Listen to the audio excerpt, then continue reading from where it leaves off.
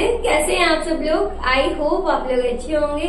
आज की इस क्लास में हम लोग बहुत इंटरेस्टिंग टॉपिक पे बात करेंगे। So my name is Nikita Sharma and today we are going to discussing a very interesting topic that is PTET और बीएड। पीटेट क्या है, हमें पीटेट क्यों करनी होती है, पहले हम लोग पीटेट के बारे में पढ़ेंगे, देन स्टेप बाय स्टेप हम बीएड के लिए चलेंगे। ठीक है। पीटेट का मतलब होता है प्री टीचिंग एजुकेशन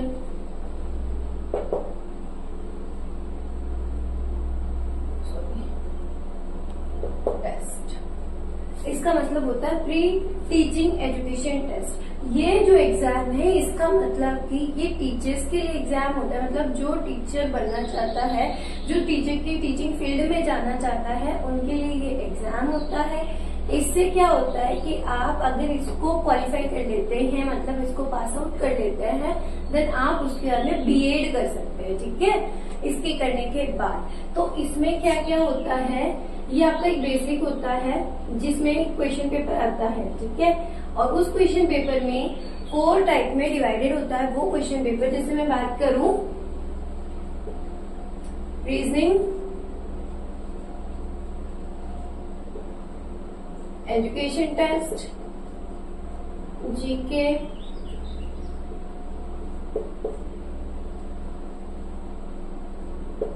हिंदी और इंग्लिश। ये आपके पास में क्या होते हैं, टॉपिक्स होते हैं और इनमें से ही आपके क्वेश्चंस आते हैं, या तो 50-50 क्वेश्चंस आते हैं। अब क्या होता है कि इनमें से जो आपका पेपर बनेगा वो 600 का होता है। टोटल ओवरऑल जो नंबर आएंगे वो आपके 600 आएंगे। उसमें से आप कितने गेन करते हो वो सिस्टम इसमें होता है। जैसे आपने गेन किए 200, 300, 400 या फिर 335, 50 इस टाइप के नंबर्स होते हैं, वो इसमें आपको क्वालिफाई करना होता है।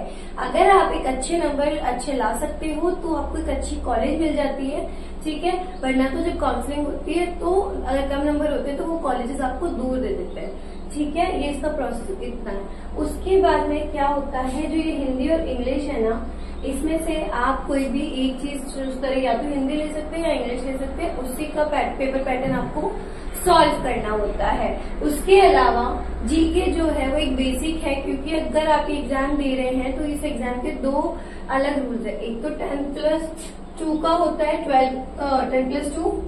ठीक है। या फिर आप इसको कर सकते हैं आपकी ग्रेजुएशन के बाद,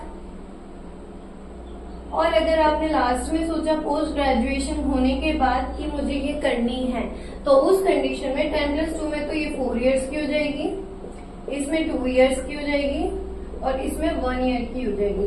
अभी बात चल रही है कि 2 इयर्स वाली को भी अभी हटाने की बात चल रही है, बट इनफ अभी के लिए ये है। इवन तो इनमें क्या होता है, जैसे अगर आपने ये किया और 10+2 के बाद में आपने ये एग्जाम क्लियर आउट कर लिया या कॉलेज आपको मिल जाती है, तो उससे आपका 1 साल बच जाता है। क्योंकि बीए अगर आप कर रहे हो तो 3 इयर्स, और उसके बाद में एग्जाम देके आप बीएड का वापस से कर रहे हो तो वो 2 साल, ऐसे करके आपके पूरे 6 साल 5 साल खराब होते हैं। बट अगर आप 10+2 के बाद में ही इस कोर्स को करते हैं तो आपके 1 साल बच जाता है। इसलिए ये एक बेनिफिट है इंटीग्रेटेड कोर्स में। ठीक है। ये होता है। प्लस उसके बाद में इसकी कट ऑफ निकलती है, तो वो कट ऑफ आपकी कास्ट की करंट जनरल हो गई, ओबीसी हो गई, एसटी हो गई, इस टाइप से निकलती है। और उसके अलावा जैसे कोई मतलब विधवा है या फेलाइज है या जो भी उनकी समस्या है उसके अकॉर्डिंग उनके मतलब जैसे लोगों के अगर 50% की कट ऑफ निकल रही है तो उनकी 45% की हो जाएगी, इस टाइप से उसमें होता है। ये तो हो गया हमारा प्री टेस्ट। ये आपको बहुत इजीली आप कर सकते हो क्योंकि इसमें बेसिक आता है, इतना हार्ड नहीं आता है। और अगर आपने 10+2 के बाद में करनी है तो उसके लिए तो आपको क्या ही सोचना है, क्योंकि उसके अंदर आपके लिए सब कुछ न्यू है, तो आप जितना पढ़ सके उतना पढ़ के टेस्ट दे दो, नंबर अच्छे ही आते हैं। तो ये बात तो आपकी क्लियर हो गई। उसके बाद में जब ये एग्जाम हो जाता है तो उसके बाद में काउंसलिंग डेट्स वगैरह आती है। जैसे इसका एग्जाम का सीन ये होता है, फेब और मार्च में इसके फॉर्म भरे जाते हैं और इसके जून या जुलाई तक इसका एग्जाम हो जाता है। देन इसकी काउंसलिंग होती है अगस्त तक। उसके बाद में आपको कॉलेजेस अलॉट होते हैं, फिर वहाँ पेपर डॉक्यूमेंट्स आपको जमा कराने होते हैं, देन उसका एग्जाम होता है। ठीक है। ये पैटर्न होता है। अगर आप कॉलेज से कर रहे हो, ठीक है, क्या कर रहे हो आप, बीएड, क्योंकि अगर आपको अच्छी कॉलेज प्रिफर होती है तो आप बीएड करेंगे। तो उस टाइम पर आपको ध्यान रखना है, आप चाहे रेगुलर जाए या ना जाए, कोशिश ये रखना कि आपका जो वहाँ पेपर पैटर्न या जो कॉलेज पैटर्न है वो रेगुलर में चले, ताकि इसको करने का ज्यादा आपको बेनिफिट होगा।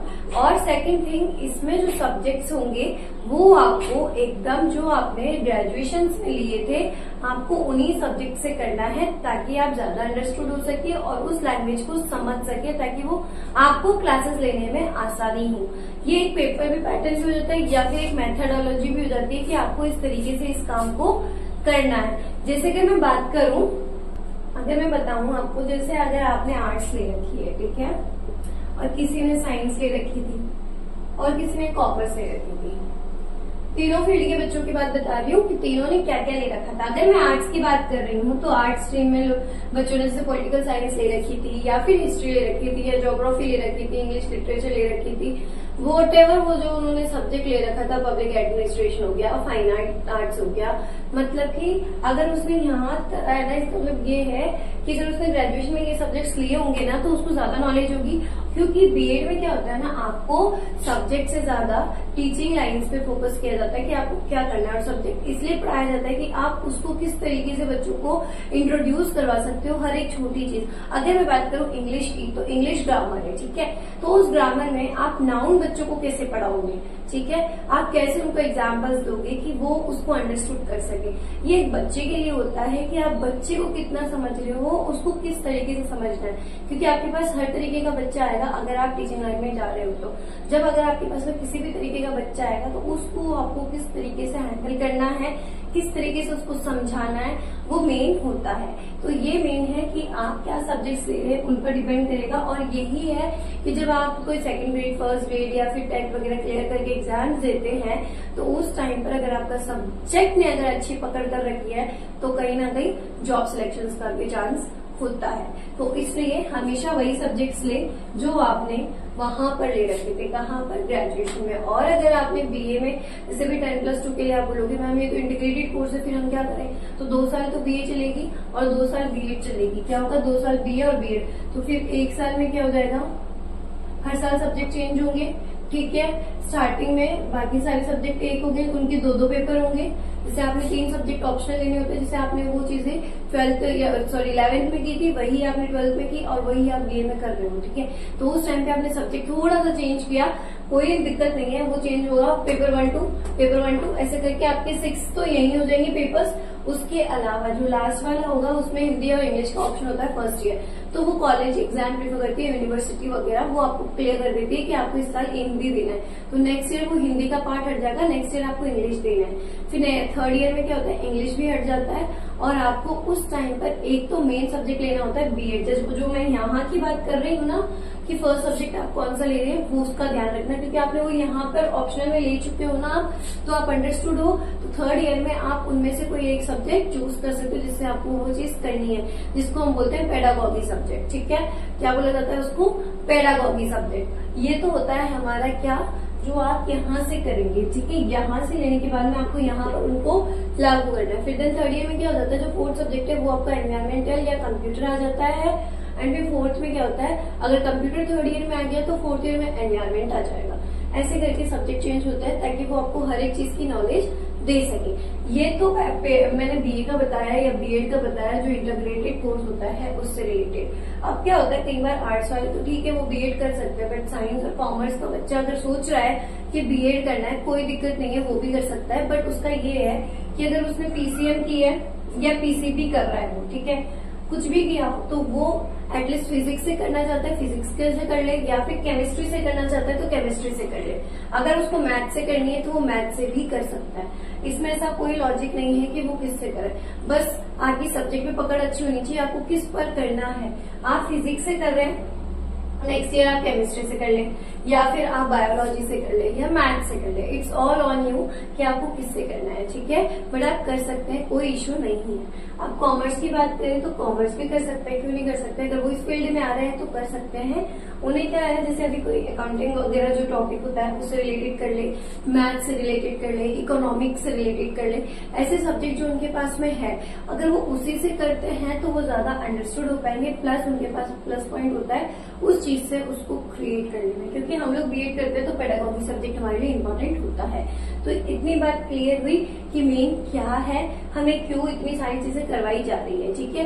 बीएड क्लियर करने के बाद में अगर आपके पास एक डिग्री आ जाती है, ठीक है, एक डिग्री से क्या होता है, डिप्लोमा जो है वो तो आप बीए से कर लोगे, तो डिप्लोमा प्लस डिग्री आपके पास में रहेगी अगर आपने 4 साल का कोर्स किया है तो।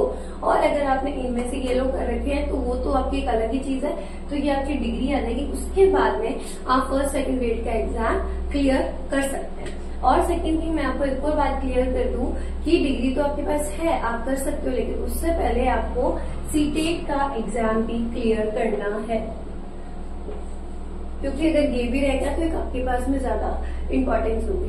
तो अगर आप 10+2 को 10+2 के बाद में ही इंटीग्रेटेड कोर्स शुरू कर रहे हैं तो ध्यान रखें कि आपको स्टार्टिंग में ही, मतलब जैसे ही आपका स्टार्ट हो जाता है ना, सेशन स्टार्ट होगा, उसके बाद से ही अपनी पकड़ अच्छी करनी है, अपने कंपटीशन वाले एग्जाम्स पे फोकस करना है, जीके को क्लियर करना है, ताकि जब आपके 4 साल 5 साल मतलब फिनिश हो जाए उसके बाद में आप सिर्फ एग्जाम्स दो एंड वो क्लियर हो, ठीक है। तो इसलिए अपनी पकड़ रखना, ऐसे नहीं कि आपने 5 साल हो गए मैंने तो 1 साल बचा ली, इसलिए ताकि आप इसमें 1 साल और अच्छे से कंज्यूम कर पाओ। तो आपको बात समझ में आई कि बीएड, पीटेट इन सब का क्या मतलब है। हर बार वैकेंसीज वगैरह फेब और मार्च में निकलती है और जून एंड जुलाई में उसके एग्जाम्स हो जाते हैं। ओवरऑल अगर मैं बात करूं तो जून में हो जाते हैं, तो जुलाई तक तो उसकी काउंसलिंग वगैरह हो जाती है, कॉलेज अलॉट हो जाती है। और अगर कॉलेज आपको बहुत ज्यादा दूर मिल रही है तो आपके पास एक चांस होता है, आप दोबारा करवा सकते हैं, ठीक है। और उसके भी पैसे आपके 5000 लगते हैं काउंसलिंग के। अगर आप वहां पे रिपोर्ट करते हैं कॉलेज में तो ठीक है, आप मतलब उससे होता है। अगर आपके कॉलेज बहुत ज्यादा दूर है और फैमिली अलाउ नहीं करती है तो वो पैसे आपके वापस रिटर्न भी हो जाते हैं। तो ये आपको बात समझ में आई। आपको सारी बातें मैंने क्लियर कर दी कि बीएड क्यों इम्पोर्टेंट है, बीएड को करना कैसे है, और बीएड में कौन से हमें सब्जेक्ट्स लेने चाहिए, हर एक चीज। बीएड में आपको पर्सनली कोई भी एक सब्जेक्ट की डिस्कशन नहीं होगी, नोट्स नहीं बनेंगे, पॉइंट्स आउट नहीं किया जाएगा। उसमें सिर्फ और सिर्फ एक टीचिंग लाइन के बारे में बताया जाएगा कि आपको बच्चे को कैसे समझना है, आप बच्चे को कितना समझ सकते हो, आप किस तरीके से उसे हैंडल कर सकते हो। अगर हमारे घर में भी बच्चा है तो हम उसे किस तरीके से हैंडल कर रहे हैं, ठीक है, उसकी जिद पूरी कर रहे हैं, उसका गुस्सा शांत कर रहे हैं, उसे हंसा रहे हैं, उसे जो भी चीजें जो कर रहे हो आप, उन चीजों का ही डिस्क्रिप्शन या आप बोलो मिक्सचर वो हमारे बीएड में होता है। बात समझ में आ गई। और अगर बीए ऑनर्स और बीए प्रोग्राम से भी अगर आप लोग हैं तो बीए ऑनर्स का भी यही सीन है कि आप एक सब्जेक्ट से इसको कर सकते हैं और कुछ नहीं है इतना हार्ड कि बहुत ज्यादा हार्ड है, आपको टेंशन लेनी है, आपसे नहीं होगा, ऐसा कुछ भी नहीं है, हो जाएगा। पेपर ओवरऑल अगर मैं बात करूं तो आप अगर थोड़ा बहुत भी देखेंगे तो क्लियर आउट कर सकते हैं। बट हाँ, मैं इतना चाहूंगी कि थोड़ा बहुत देखें ताकि एक बार नंबर अच्छा है, नंबर अच्छे आएंगे तो आपके पास में कॉलेज मिल जाएगा और अच्छा कॉलेज मिल जाएगा, तो कहीं ना कहीं आपके लिए एक बेनिफिट ही है। और बाकी तो मैंने सारी चीजें आपको क्लियर कर दी। अगर फिर भी कोई डाउट है तो आप लोग मुझे कमेंट करके पूछ सकते हैं। और अगर वीडियो अच्छा लगा हो, हेल्पफुल लगा हो, इन्फॉर्मेटिव लगा हो तो please subscribe my channel and press the bell icon ताकि आपको मेरी वीडियोस की लेटेस्ट नोटिफिकेशंस मिलती रहे। Thank you so much, have a good day, stay soon, stay happy.